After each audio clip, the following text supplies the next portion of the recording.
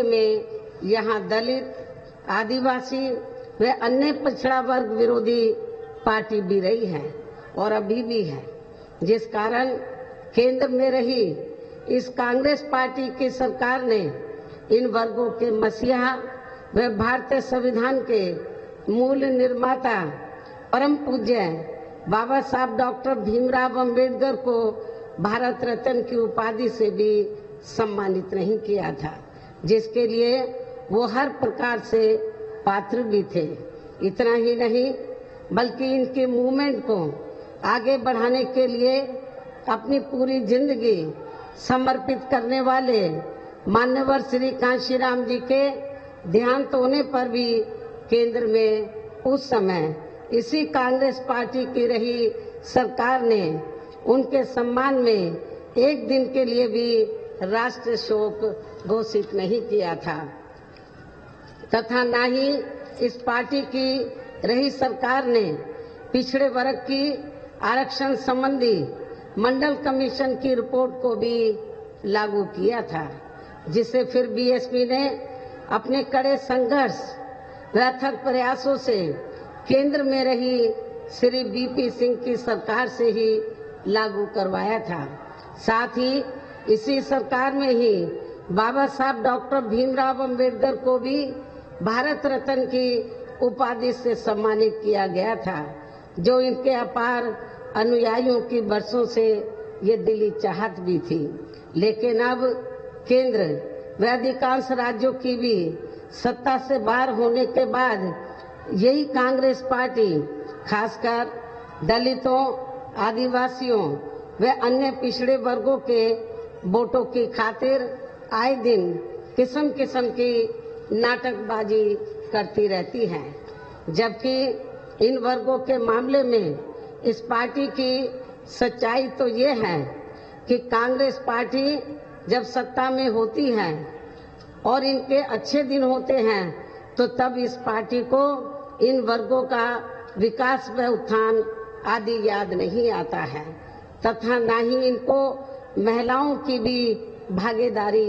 याद आती है। इतना ही नहीं बल्कि इस पार्टी के बाद खासकर यहाँ सपा व बीजेपी आदि की बनी सरकार में भी यूपी की जनता हर मामले में व हर स्तर पर काफी ज्यादा दुखी रही है। सपा की सरकार में तो अधिकांश यहाँ गुंडों, बदमाशों, माफियाओं व अराजक तत्वों एवं सरेआम लूट खसोट करने वालों का ही राज रहा है, जिसकी खास वजह से ही इस सरकार में आए दिन यहाँ जाति व धर्म के नाम पर तनाव व दंगे आदि ही होते रहे हैं। इस मामले में पश्चिमी यूपी का मुजफ्फरनगर कांड इसका खास उदाहरण है। प्रदेश में विकास के कार्य भी ज्यादातर यहाँ एक विशेष क्षेत्र व एक विशेष समुदाय के लोगों तक ही सीमित होकर रह गए हैं। और इतना ही नहीं, सपा की सरकार के चलते दलित व अति पिछड़े वर्गों के लोगों के साथ तो हर स्तर पर सोतेला रवैया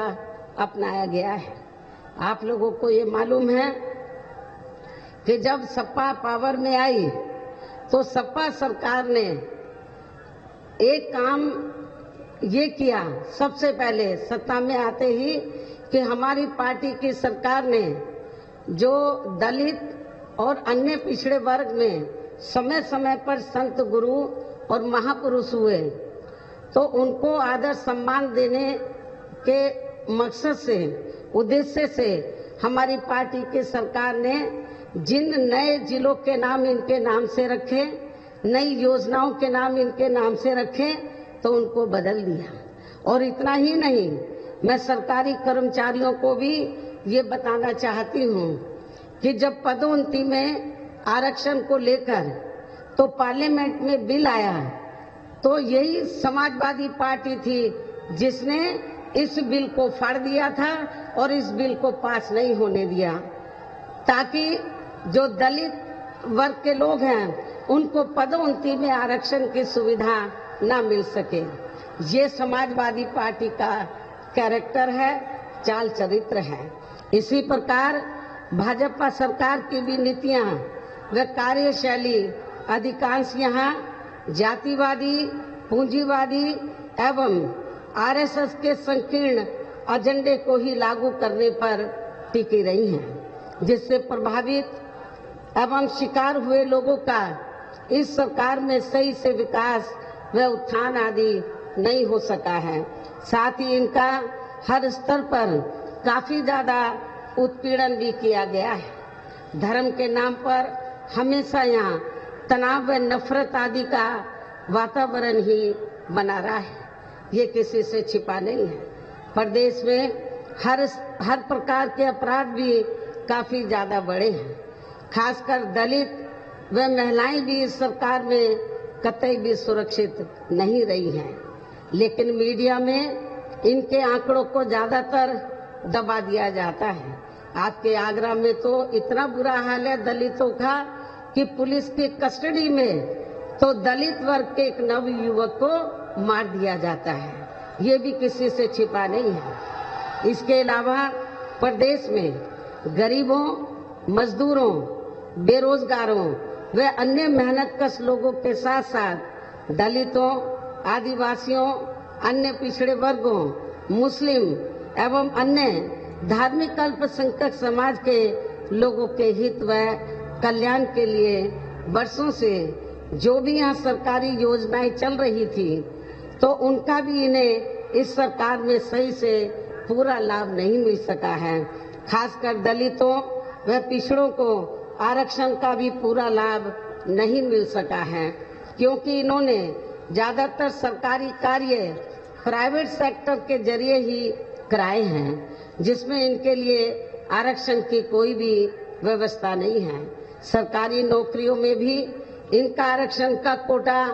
भाजपा सरकार में भी पूरा नहीं किया गया है। मुस्लिम व अन्य धार्मिक अल्पसंख्यक समाज के लोगों के साथ तो बीजेपी की सरकार में अधिकांश इन्होंने पक्षपात वाला रवैया ही अपनाया है। इतना ही नहीं बल्कि इस बार बीजेपी की सरकार में अपर कास्ट समाज में से विशेषकर प्रबुद्ध वर्ग भी हर मामले में अपने आप को काफी ज्यादा उपेक्षित रहा है। इसके अलावा इनकी गलत आर्थिक नीतियों के कारण यहाँ गरीबी, बेरोजगारी व महंगाई आदि भी काफी ज्यादा बढ़ी है। खासकर चुनाव घोषित होने से पहले तो डीजल, पेट्रोल व रसोई गैस आदि की आए दिन बढ़ी कीमतों ने भी जनता की काफी ज्यादा मुश्किलें बढ़ाई हैं और ऐसा लगता है कि चुनाव खत्म होने के बाद पुनः इनकी कीमतें बढ़ा दी जाएंगी। इसके साथ साथ उत्तर प्रदेश सहित पूरे देश के किसान भी केंद्र सरकार की गलत नीतियों के कारण काफी ज्यादा दुखी व परेशान रहे हैं और अभी भी परेशान हैं। प्रदेश में बेरोजगार लोगों को रोजगार नहीं मिलने के कारण ही ज्यादातर इनको पलायन भी करना पड़ा है। आप लोगों को ये मालूम है, आजादी के बाद कांग्रेस पार्टी लंबे अरसे तक यहाँ सत्ता में रही, लेकिन यहाँ रोटी रोजी के साधन नहीं मिलने के कारण बड़े पैमाने पर इनका पलायन हुआ। ये लोग पलायन करके चले गए और इसके साथ ही जब बीजेपी पावर में आई तो आप लोगों को मालूम है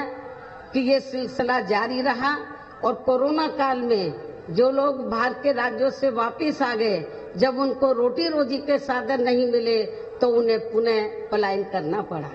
मुजफ्फरनगर में भी बड़े पैमाने पर सपा सरकार में लोगों को पलायन करना पड़ा। तो ये तीनों पार्टियों की जो सरकारें हैं, चाहे कांग्रेस सत्ता में रही हो, चाहे समाजवादी पार्टी, चाहे बीजेपी, इन सभी पार्टियों की सरकारों में किसी न किसी कारणवश जो दुखी पीड़ित लोग हैं, खासकर बेरोजगार लोग हैं, उनको पलायन करना पड़ा है। इस प्रकार से इन सभी विरोधी पार्टियों की रही सरकारों में शुरू से ही यहाँ यूपी की जनता काफी ज्यादा दुखी व परेशान रही है। खासकर कोरोना महामारी के दौरान तो इन सभी की हालत और भी ज्यादा खराब हो गई है। ऐसे में इन सभी विरोधी पार्टियों की रही सरकारों से निजात पाने के लिए अब इस चुनाव में यहाँ प्रदेश की जनता को अपनी एकमात्र हितैषी पार्टी बहुजन समाज पार्टी की ही सरकार बनाना बहुत जरूरी है, जिसने